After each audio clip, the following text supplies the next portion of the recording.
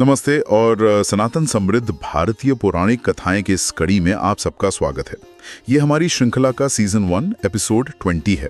और हाँ, जो श्रोता पिछले प्रकरणों को देखना चाहें उनके लिए सभी जरूरी लिंक्स नीचे विवरण यानी डिस्क्रिप्शन में दिए गए हैं।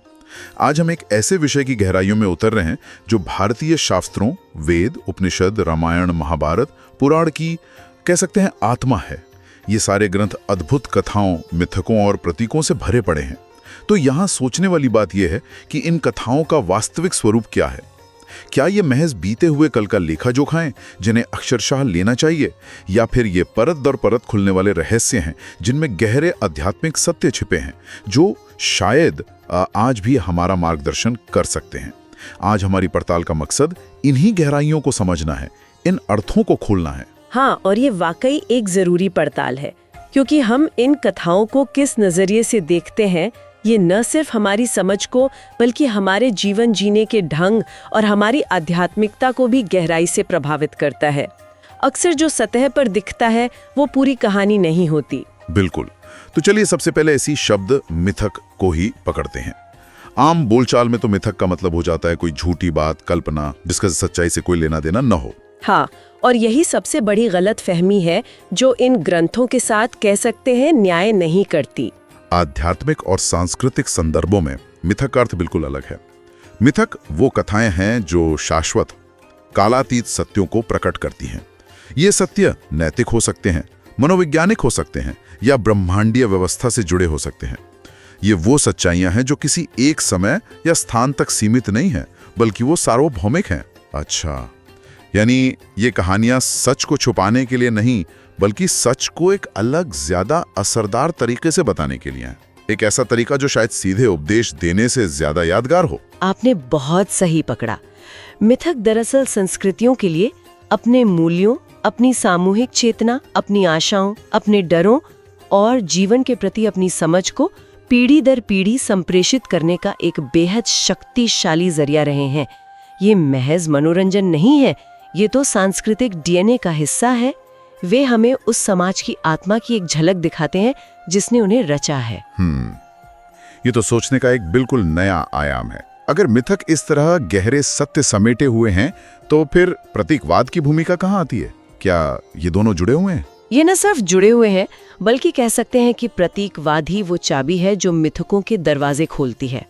प्रतीकवाद हर मिथक को अर्थों की कई परतें देता है। कल्पना कीजिए एक प्याज की, जिसकी हर परत एक नए अर्थ को उजागर करती है। प्रतीकवाद हमें सतह से उतरकर गहराई में जाने का निमंत्रण देता है। इसे किसी उदाहरण से समझना शायद ज्यादा आसान होगा। कोई ऐसा चिरपरिचित मिथक जिसमें प्रतीकात्मक की परतें स्पष्ट दिखती हों। हाँ बिल्कुल, समुद्र मंथन की कथा को ही लेते हैं। जाहिर तौर पे ये देवताओं और असुरों द्वारा अमृत प्राप्ति के लिए क्षीर सागर को मथने की एक रोमांचक कहानी है, पर यहीं रुक जाना इसकी विशालता को अनदेखा करना होगा। प्रतीकात्मक स्तर पर जाइए तो ये मनुष्य की आत्मज्ञान और अमरत्व की आंतरिक खोज का एक जबरदस्त रूपक है। अच्छा, वो कैसे? जरा विस्तार से बताएंगी? देखिए, समुद्र हमारे अपने मन का प्रतीक है, अथाह, संभावनाओं और विकारों से भरा हुआ। देवता और असुर हमारे भीतर की सकारात्मक और नकारात्मक प्रवृत्तियां, सत और असत। मंद्राचल पर्वत जिसे मथनी बनाया गया वो है एकाग्रता या दृढ़ निश्चय। और यहाँ सबसे रोचक प्रतीक है वासुकी नाग, जिसे रस्सी बनाया गया। हाँ, वासुकी नाग। हाँ, ये हमारी अपनी कुंडलिनी शक्ति या प्राण ऊर्जा का प्रतीक है। एक ऐसी शक्तिशाली ऊर्जा जिसे यदि साधा न जाए तो वो विनाशकारी हो सकती है, लेकिन यदि उसे सही दिशा दी जाए, एकाग्रता पर्वत के साथ नियंत्रित किया जाए, देवताओं और असुरों द्वारा खींचना, तो वो आत्मज्ञान यानी अमृत तक पहुंचा सकती है। वाह, ये विश्लेषण तो अद्भुत है। वासुकी का प्रतीक मुझे विशेष रूप से सोचने पर मजबूर कर रहा है कि अपनी ही शक्तियों को साधना कितना जरूरी है। और वो जो हलाहल विष निकला था, उसका क्या? वो भी एक महत्वपूर्ण प्रतीक है। साधना या मंथन की प्रक्रिया में सबसे पहले नकारात्मकता, कड़वाहट और हमारे भीतर छिपे विष जैसे अहंकार, क्रोध, लोभ, यही सब बाहर आते हैं। शिव का उस विष को पीना दिखाता है कि आध्यात्मिक यात्रा में इन नकारात्मकताओं का सामना करना और उन्हें पचाना मतलब ट्रांसफॉर्म करना पड़ता है, तभी अमृत तक पहुंचा जा सकता है।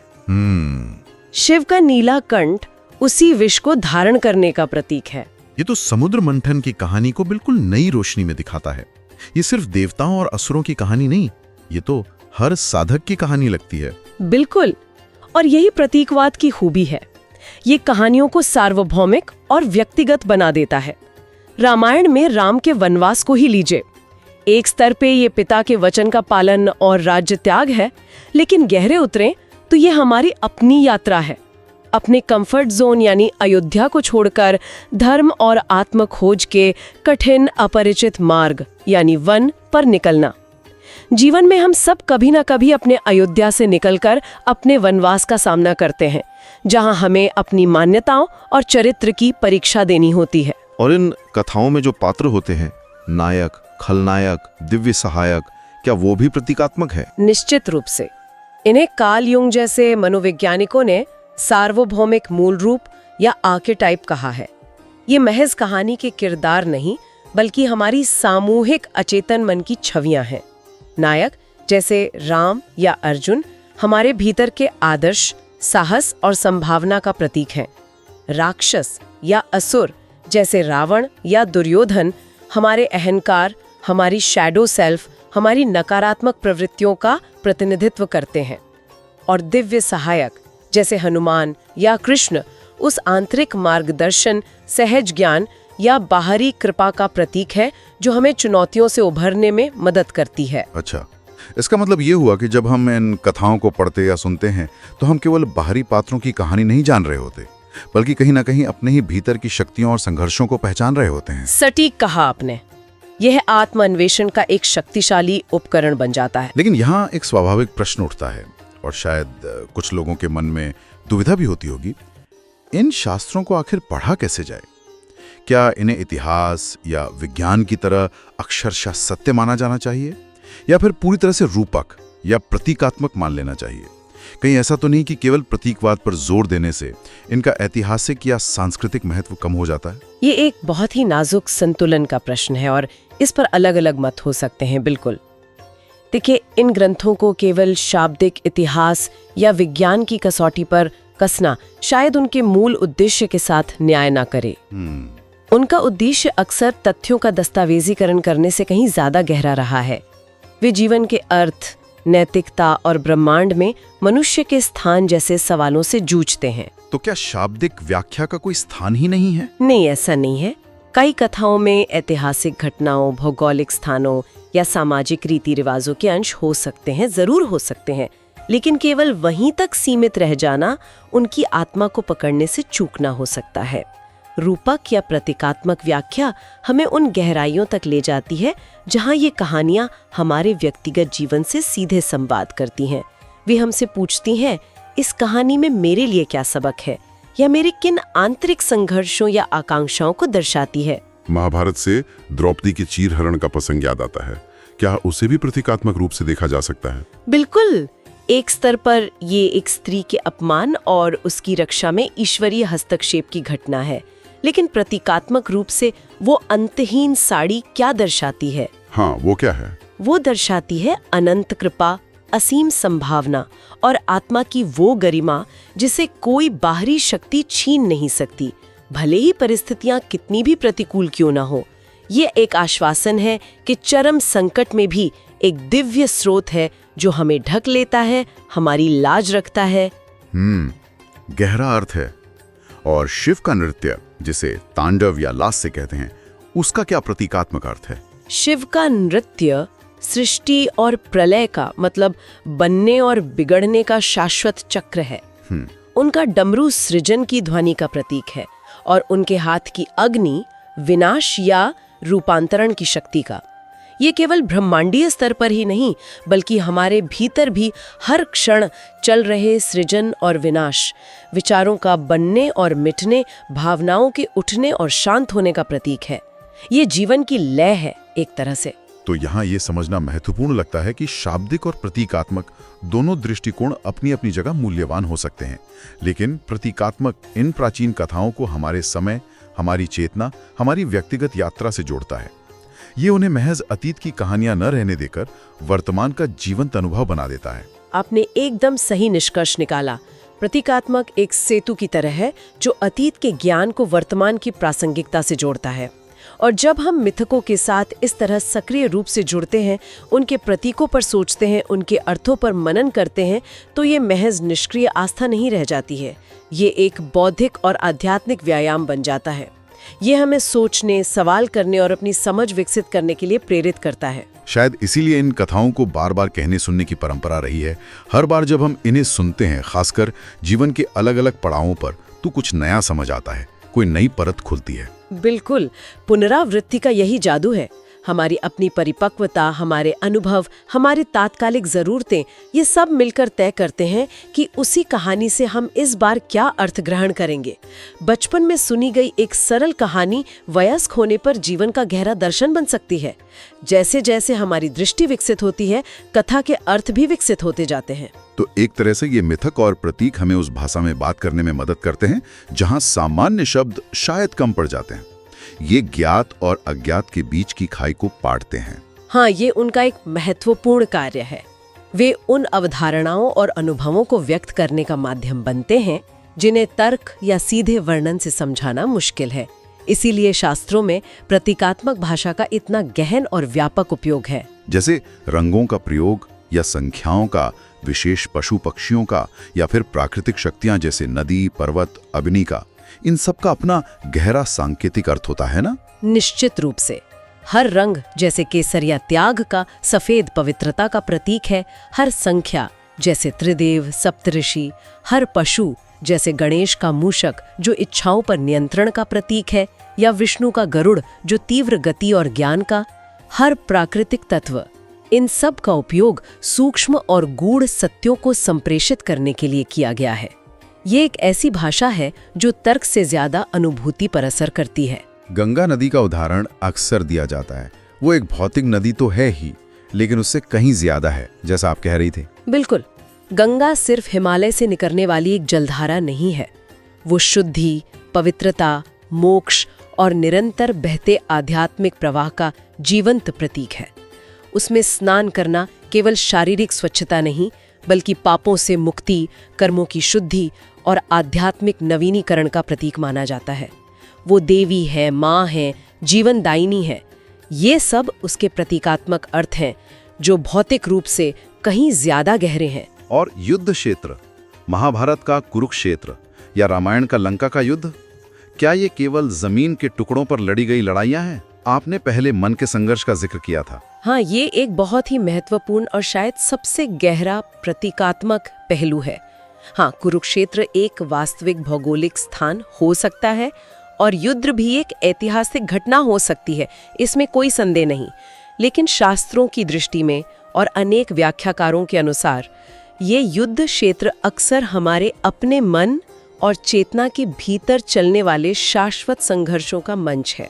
कुरुक्षेत्र कर्म का क्षेत्र है, यानी हमारा जीवन, जहां हमें चुनाव करने पड़ते हैं। पांडव हमारी दैवीय या सात्विक प्रवृत्तियों के प्रतीक है और कौरव हमारी आसुरी या तामसिक प्रवृत्तियों जैसे अहंकार, लोभ, ईर्ष्या, और कृष्ण वो हमारी अंतरात्मा या दिव्य मार्गदर्शन की आवाज है। तो महाभारत का युद्ध वास्तव में हर मनुष्य के भीतर निरंतर चलने वाला धर्म अधर्म, सही गलत, विवेक और इच्छाओं के बीच का संघर्ष है। ये दृष्टि तो इन महाकाव्यों को पूरी तरह से बदल देती है। ये सिर्फ राजाओं, राजकुमारों और युद्धों की कहानियां नहीं रह जाती। ये तो हर इंसान की, उसकी आंतरिक यात्रा की कहानी बन जाती हैं। अर्जुन का विषाद केवल एक योद्धा का युद्ध से पहले का डर नहीं, बल्कि जीवन के धर्म संकटों में फंसे हर व्यक्ति का विषाद है। यकीनन, और यही समझ इन ग्रंथों को आज भी इतना प्रासंगिक बनाती है। तो अब हम उसी बड़े सवाल पर आते हैं। क्या ये हजारों साल पुराने मिथक, उनके प्रतीक, उनकी कहानियां आज के इस आधुनिक तकनीकी युग की जटिलताओं, नैतिक दुविधाओं और मानसिक तनावों से निपटने में हमारी मदद कर सकती हैं? क्या वे आज भी उतने ही प्रासंगिक हैं? ये सवाल ही उनकी प्रासंगिकता को रेखांकित करता है। मेरा दृढ़ विश्वास है कि वे पहले से कहीं ज्यादा प्रासंगिक हैं। अच्छा, क्यों? क्योंकि बाहरी दुनिया भले ही बदल गई हो, तकनीक भले ही आसमान छू रही हो, लेकिन मनुष्य का आंतरिक स्वभाव, उसकी मूल प्रवृत्तियां, उसके भय, उसकी आकांक्षाएं, उसके नैतिक संघर्ष, वो बहुत हद तक वैसे ही हैं। आप कहना चाह रही हैं कि जिन दुविधाओं का सामना राम या अर्जुन ने किया, वे आज भी किसी न किसी रूप में हमारे सामने खड़ी होती हैं? बिल्कुल। आज हमें शायद राज्य के लिए युद्ध न लड़ना पड़े, लेकिन हमें अपनी नौकरी, अपने परिवार, अपने मूल्यों के बीच संतुलन साधने का युद्ध लड़ना पड़ता है। हमें सत्य और सुविधा के बीच चुनना पड़ता है। हमें लोभ और संतोष के बीच संघर्ष करना पड़ता है। हमें अपने अहंकार पर विजय पानी होती है। इन सभी स्थितियों में इन कथाओं के पात्रों के संघर्ष, उनके द्वारा लिए गए निर्णय और उन निर्णयों के परिणाम हमें रास्ता दिखा सकते हैं। वे हमें सोचने पर मजबूर करते हैं कि धर्म क्या है, कर्तव्य क्या है और सही चुनाव कैसे किया जाए। यानी ये कथाएं केवल नैतिक शिक्षा ही नहीं देती हैं, बल्कि व्यक्तिगत विकास और आत्मचिंतन के लिए भी प्रेरित करती हैं। हाँ, बिल्कुल। जब हम उन्हें प्रतीकात्मक रूप से समझते हैं तो वे हमें आत्मनिरीक्षण यानी सेल्फ रिफ्लेक्शन के लिए उकसाती हैं। वे हमें अपने भीतर के रावण या दुर्योधन को पहचानने और उस पर विजय पाने के लिए प्रोत्साहित करती हैं। वे सहानुभूति यानी एम्पैथी सिखाती हैं, क्योंकि हम देखते हैं कि महान नायक भी दुविधाओं और कमजोरियों से गुजरे हैं और वे जीवन में एक गहरे उद्देश्य, पर्पस की तलाश को बल देती हैं। ये भी एक महत्वपूर्ण बात है कि मिथकों और प्रतीकात्मक की ये समझ आध्यात्मिक ज्ञान को जीवंत और गतिशील बनाए रखती है। ये उसे रूढ़िवादी या हठधर्मी होने से बचाती है। ज्ञान पत्थर की लकीर नहीं, बहती नदी बन जाता है। आपने बहुत खूबसूरत तरीके से कहा। ये ज्ञान सांस लेता है, ये हमारे साथ विकसित होता है। हर पीढ़ी, हर व्यक्ति उसमें नए अर्थ खोज सकता है और यही उसकी शाश्वतता का प्रमाण है। ये ज्ञान को म्यूजियम पीस बनने से रोकता है और उसे लिविंग विजडम बनाता है। वाकई ये एक बहुत शक्तिशाली विचार है। ज्ञान जो स्थिर नहीं बल्कि जीवंत है, स्पंदित है। तो अब इस चर्चा को आगे बढ़ाते हुए कुछ सोचने के बिंदु श्रोताओं के लिए भी छोड़ते हैं। किसी का अपना पसंदीदा मिथक या प्रतीक कौन सा है और वो क्यों इतना खास लगता है? क्या कभी जीवन में ऐसा क्षण आया जब लगा हो कि शास्त्रों की कोई विशेष कथा या पात्र किसी वास्तविक चुनौती या निर्णय को आईना दिखा रहा हो? हम सभी को प्रोत्साहित करते हैं कि अपनी सोच, अपनी व्याख्याएं और अपनी अनुभूतियां नीचे टिप्पणी यानी कमेंट्स में साझा करें। दूसरों की अंतर्दृष्टि से सीखना और विचारों का आदान प्रदान करना हमेशा ही इस यात्रा को और समृद्ध बनाता है। तो आज की इस गहन चर्चा का सार क्या रहा? हमने समझा कि मिथक महज कहानियां नहीं बल्कि गहरे सत्यों को परत दर परत खोलने वाले आख्यान हैं। प्रतीकात्मकता वो कुंजी है जो इन अर्थों को उजागर करती है, उन्हें हमारे आंतरिक जीवन और सार्वभौमिक अनुभवों से जोड़ती है। हमने देखा कि इन कथाओं को केवल शाब्दिक रूप से नहीं बल्कि प्रतीकात्मक रूप से समझना उनके वास्तविक मर्म तक पहुंचने के लिए कितना आवश्यक है। और सबसे महत्वपूर्ण बात हमने ये स्थापित किया कि ये प्राचीन ज्ञान केवल अतीत की धरोहर नहीं बल्कि वर्तमान और भविष्य के लिए भी एक अत्यंत प्रासंगिक, जीवंत और परिवर्तनकारी शक्ति है। ये हमें स्वयं को, दूसरों को और इस ब्रह्मांड को बेहतर ढंग से समझने में मदद करता है। अगली कड़ी में हम एक और बेहद दिलचस्प और समकालीन विषय पर बात करेंगे, विज्ञान और सनातन ज्ञान, एक संगम। हम पड़ताल करेंगे कि क्या आधुनिक वैज्ञानिक खोजें और हजारों साल पुरानी आध्यात्मिक अंतर्दृष्टि एक दूसरे का खंडन करती हैं या उनमें कोई आश्चर्यजनक सामंजस्य और पूरकता छिपी है। यदि आपको आज की यह चर्चा ज्ञानवर्धक और प्रेरक लगी हो तो कृपया इसे पसंद करें, अपने मित्रों और परिवार के साथ साझा करें और अपने बहुमूल्य विचार और प्रश्न नीचे टिप्पणी में अवश्य लिखें। और हाँ, हमारी आने वाली कड़ियों की सूचना पाने के लिए चैनल को सब्सक्राइब करना ना भूलें और वो नोटिफिकेशन बेल को भी ऑन कर लें। सनातन समृद्ध भारतीय पौराणिक कथाओं की इस कड़ी को ध्यान से सुनने के लिए आप सभी का हृदय से धन्यवाद। आशा है कि ये प्रतीक और कहानियाँ, ये विचार मंथन मन के नए द्वार खोलें और जीवन पथ को आलोकित करें। नमस्कार।